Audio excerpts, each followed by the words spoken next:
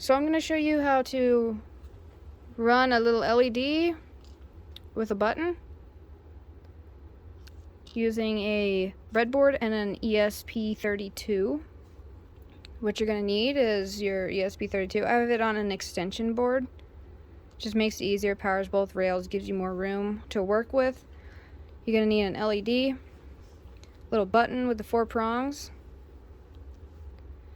Then we need 4 wires. I have 2 green for like power and 2 for grounding. A 220 resistor, which is for the LED, because LEDs need more current, so this will give me more current because it's a lower resistance. This one's higher because the button, these two are 10K. They don't need to give this as much current. So, to get started here, we're going to take this LED. We want the long end to be towards the machine, and it's just going to go in one column. Just like that. So now to hook that up, for power, we want to use this little resistor. One end's going to go into the same end as the first pin of the LED, so the first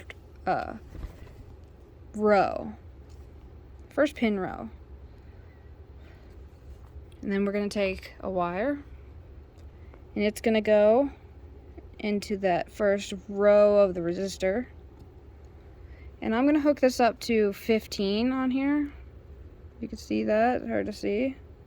That says 15. All of these here are the 15. So just like that. Now we need the ground, which is going to go into the second row of the LED. So, what is that, 30? 30 on here.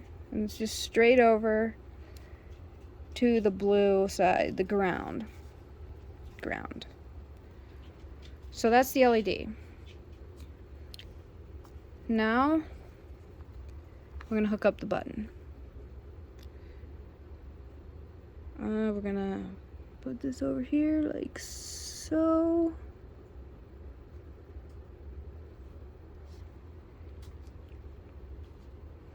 I have this, so it's in the same row. It goes all the way over. There's not that space on either side. Like, it will go straight over, so it's easier just to line that stuff up.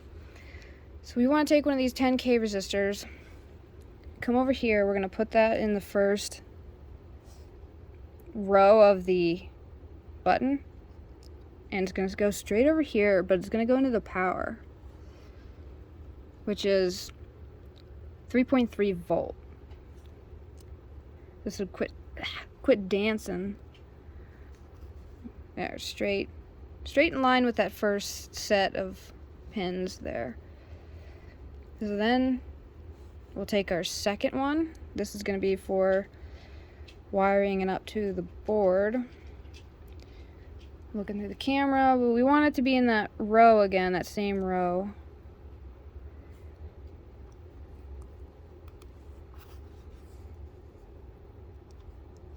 And then it could go to wherever, pretty much.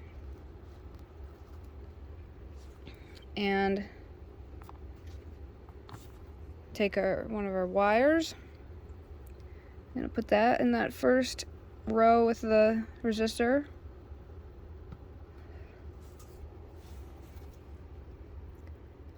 That right next to it. And then it's gonna go over. I'm gonna put it in 13 here. Right here on the board, not on the electronic, not on the breadboard. So it'll be in 13. Or 15, I guess, that works too.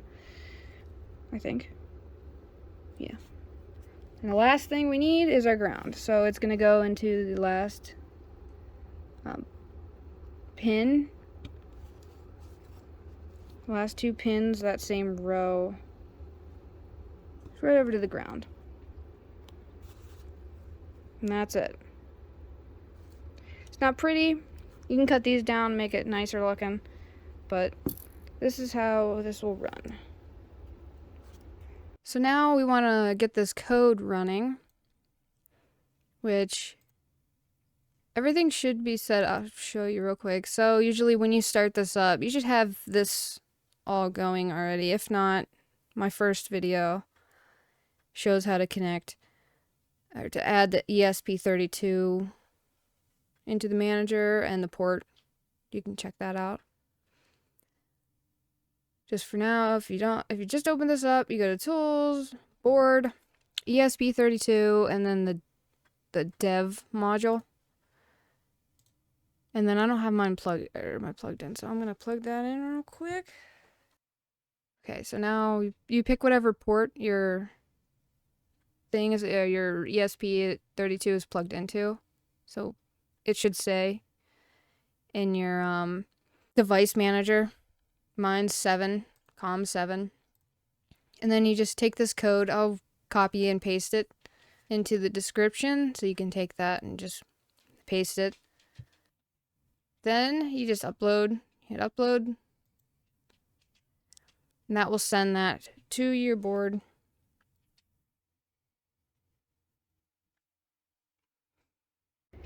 Now we just plug this in. The other end's plugged in a USB on my computer. You upload that code, and then this is how the final product should look like. You get your little button, hit the little button, LED turns on.